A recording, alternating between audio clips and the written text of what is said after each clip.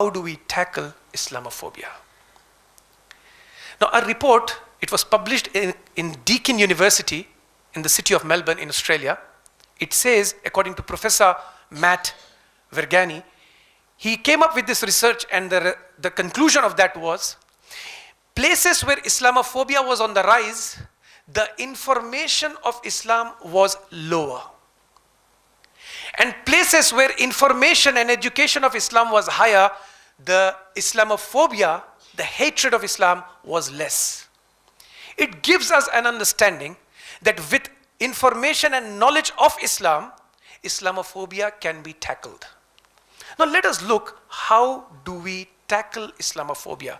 How do we respond to Islamophobia? What is the action that I and you should be taking? On one hand, we can discuss the entire political gimmick that is happening across the globe. On the other hand, is something that I and you practically can do. Neither me nor you are the leaders of our community. Now, nor am I a king of a country, nor are you a president of a state. So we discussing what the rulers, what the governments, what the politicians should be doing is beyond our scope of discussion today. What I want to take away from here today, between me and you, is what I and you practically can do immediately from now in order to tackle the rise of Islamophobia in the place I and you live, in the place where other Muslim brothers and sisters are living across the globe. The Prophet ﷺ mentioned an amazing hadith. He said, as reported in Sahih Muslim, the Prophet said, my Ummah is like one nation. If one part of the body aches, the entire body feels the pain and the agony.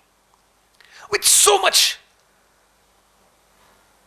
murder and violence happening across the globe against our innocent Muslim brothers and sisters, it only makes us feel, cry, and have more concern for our brothers and sisters. If we don't have that connection and that concern, then I fear that probably we are not part of the Ummah of Muhammad sallallahu alaihi wasallam.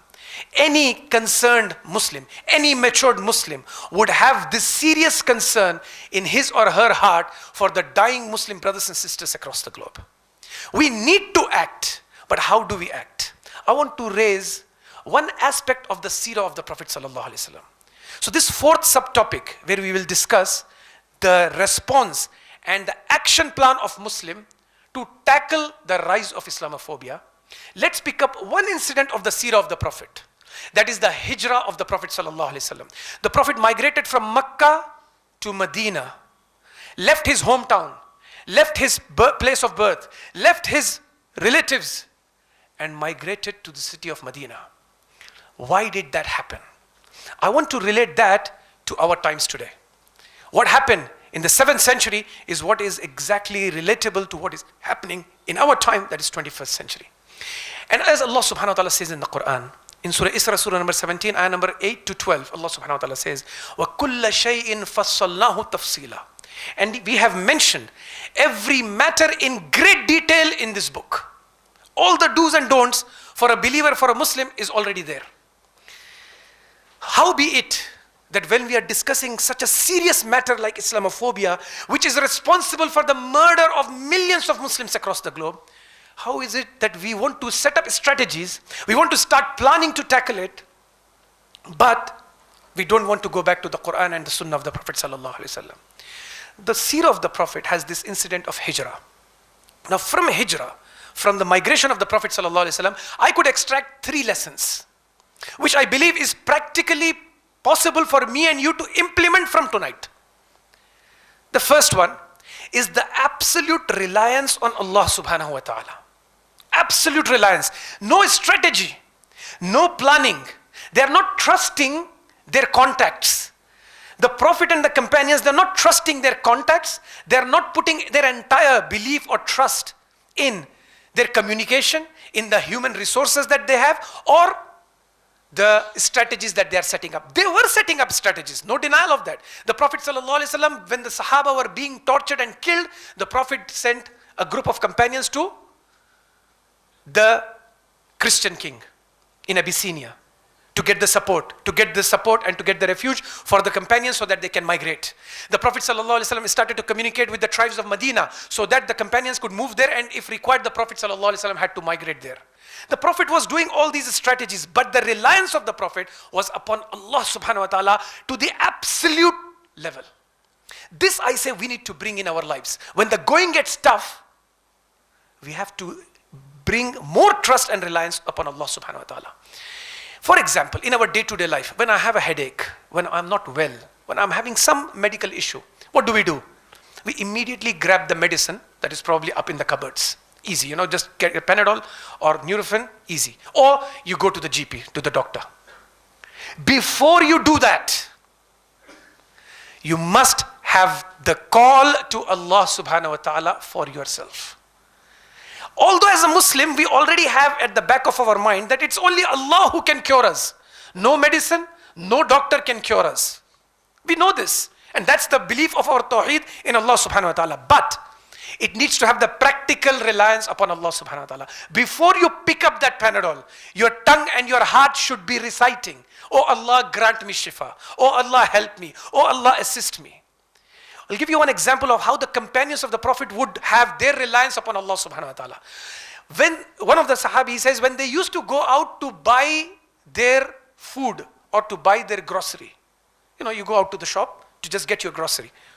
He says, before they would go out, they would offer 2 rak'ah nafil and make dua that, "Oh Allah, let my dealing be beneficial for me and my family." Imagine going out to the shop to buy grocery. How easy and simple is that? What do you really need? You just need a couple of rupees in your pocket. But what they're doing is making dua to Allah that what food I buy is beneficial for me, is healthy for me and my family. Whatever they're going to purchase, whatever business deal they're going to do, let it be beneficial for them. One Sahabi says that if his foot sole of the shoe, the sole comes out, he says he would make dua to Allah that, "Oh Allah, help me so I could fix it." That's their reliance upon Allah subhanahu wa ta'ala. When the going started to get tough at the time of the Prophet sallallahu alaihi wasallam, we know these amazing incidents or from the seerah of the Prophet. The Prophet would stand all night making dua and the prayers to Allah subhanahu wa ta'ala. That is the trust and reliance upon Allah subhanahu wa ta'ala. He has Abu Talib to assist him. He has his companions to assist him. Umar radiallahu anhu has embraced Islam. Hamza radiallahu anhu has embraced Islam. He has got the contacts all the way to Abyssinia. He has got contacts all the way to various tribes of Medina. He has got all these things set up. But his reliance upon Allah subhanahu wa ta'ala is greater than any of these strategies. So before we set any strategies, we need to make sure that our connection with Allah is absolutely perfect. And that cannot be done except through the salah and through the dua to Allah subhanahu wa ta'ala. Allah subhanahu wa ta'ala says in the Quran, in Surah Al-Imran, Surah number 3, ayah number 160. أعوذ بالله من الشيطان الرجيم. إن ينصركم الله فلا غالب لكم. If Allah assists you, then none can overcome you. And if He deserts you, He leaves you, He forsakes you, then who is there who could assist you? وعلى الله فليتوكل المؤمنون. And let the believers trust upon Allah, have reliance upon Allah for everything. So our tawakkul should be on Allah subhanahu wa ta'ala. This was one aspect from the hijrah of the Prophet sallallahu alaihi wasallam. The second is now the setup of strategies. Relying upon Allah subhanahu wa ta'ala is one major aspect. But using all the human resources in your hand in order to tackle the situation is also from the sunnah of the Prophet sallallahu alaihi wasallam. Look at the time when Bilal radiallahu anh was being tortured in Mecca. Now Bilal radiallahu anh is being tortured. The Prophet sallallahu alaihi wasallam came to know and heard the voice of Bilal radiallahu anh. What do the Prophet sallallahu alaihi wasallam do? He made dua to Allah? Obviously yes. But did he sit silent by doing that? No. He rushed to Abu Bakr Siddiq radiallahu anh. Now when Abu Bakr Siddiq was requested by the Prophet to get Bilal freed, what did Abu Bakr radiallahu anh do? Did he lock the door and make dua to Allah subhanahu wa ta'ala and sit idle? No, obviously he made dua to Allah subhanahu wa ta'ala, but he did not sit idle. He rushed to the place where Bilal radiallahu anh was being tortured. And he used the system of the time, the constitution of that time. It was that if a slave needs to be freed, you need to purchase that slave. In order to purchase the slave, you need to pay a certain amount. So Abu Bakr Siddiq radiallahu anh utilized the constitution of the time and he made an offer to make the payment to buy Bilal radiallahu anh. Although the owner of Bilal radiallahu anh increased the price in order to deter Abu Bakr from buying him. But Abu Bakr radiallahu anh said, if today you asked me the wealth of Yemen, I would be ready to give it today for freeing Bilal radiallahu anh. And he paid almost 3 times the price of what was being demanded or what was being the norm of the time. And he got Bilal radiallahu anh freed. This is just an example to show that using the human resources, all your contacts, all your strength, all your human resources in order to get or tackle Islamophobia, we must do it. Make a police complaint. Go to the court and put a case on somebody who is putting cases again or troubling the Muslims or torturing the Muslims or doing something wrong. Use the system of the time against the perpetrators. For example, at the time of the Prophet ﷺ, we have the example of Abu Talib and we have the example of Abu Jahl. Both were brothers.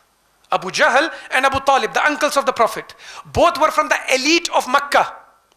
Abu Jahl was the enemy of the Prophet and Abu Talib was the savior, the helper of the Prophet. Did the Prophet leave both of them or embrace both of them? No. The Prophet stood against Abu Jahl, but the Prophet embraced Abu Talib.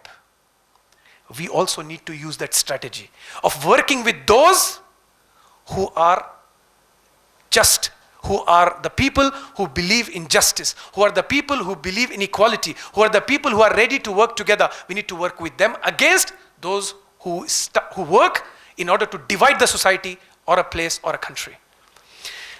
Lastly, from this aspect of seerah of the Prophet is the dawah of Islam. Interestingly, Islamophobia grew at the time of the Prophet after the dawah of Islam was launched. It is a very important point to note. Islamophobia grew at the time of the Prophet once Islam was being propagated. There was no Islamophobia before that. Once the Prophet declared he is a prophet of Allah and he started to preach Islam and invite people to Islam, that's when Islamophobia started to grow. His own people who were appreciating him for the last 40 years now became his staunch enemies. Those who are calling him truthful are now calling him a liar. So from appreciating the Prophet, they became the enemies of the Prophet. Why? Because of the call, the invitation of Islam to the people. So we see that in all the Prophets' seerah, that when they invited people to the religion of Islam, that's when Islamophobia grew. So how do we use that to tackle Islam now? At the time of Musa alayhi salam, Allah subhanahu wa ta'ala commanded Musa alayhi salam to go to Fir'aun and do what? Invite Fir'aun to the obedience of Allah subhanahu wa ta'ala. And when Fir'aun disregarded, went against it, we do not have the time to go into the details of the entire incident, but we all are aware of the details, how Allah subhanahu wa ta'ala toppled the regime of Fir'aun, which was a regime of centuries. This Fir'aun, whom Musa alayhi salam was facing, was not the first Fir'aun. They all were titled Fir'aun, was one of the titles. And the rulership of Fir'auns was for centuries. And this was the last Fir'aun whom Musa alayhi salam was facing. And when Musa alayhi salam invited Fir'aun, and Fir'aun opposed and challenged Musa alayhi salam and decided to go after Musa alayhi salam, what did Allah subhanahu wa ta'ala do? The Islamophobia of Fir'aun was toppled. The rulership of centuries was destroyed in the ocean Nile. A regime of centuries drowned in the ocean. Similarly, at the time of the Prophet ﷺ, when they started to oppose the Prophet ﷺ, they started to torture the Muslims, they started to kill the Muslims, and finally they had the boldness to attack and kill the Prophet ﷺ. Allah subhanahu wa ta'ala called the Prophet and asked the Prophet to migrate from Makkah to Medina. So this hijrah of the Prophet ﷺ, what did Allah subhanahu wa ta'ala grant Prophet Muhammad in Medina? The rulership of Medina. An entire nation, an entire state was formed. By what? Did the Prophet had to fight anybody? Did the Prophet had to do any arms struggle? Was there an army of the Prophet when he entered Medina? Did Musa alayhi salam had to fight Fir'aun?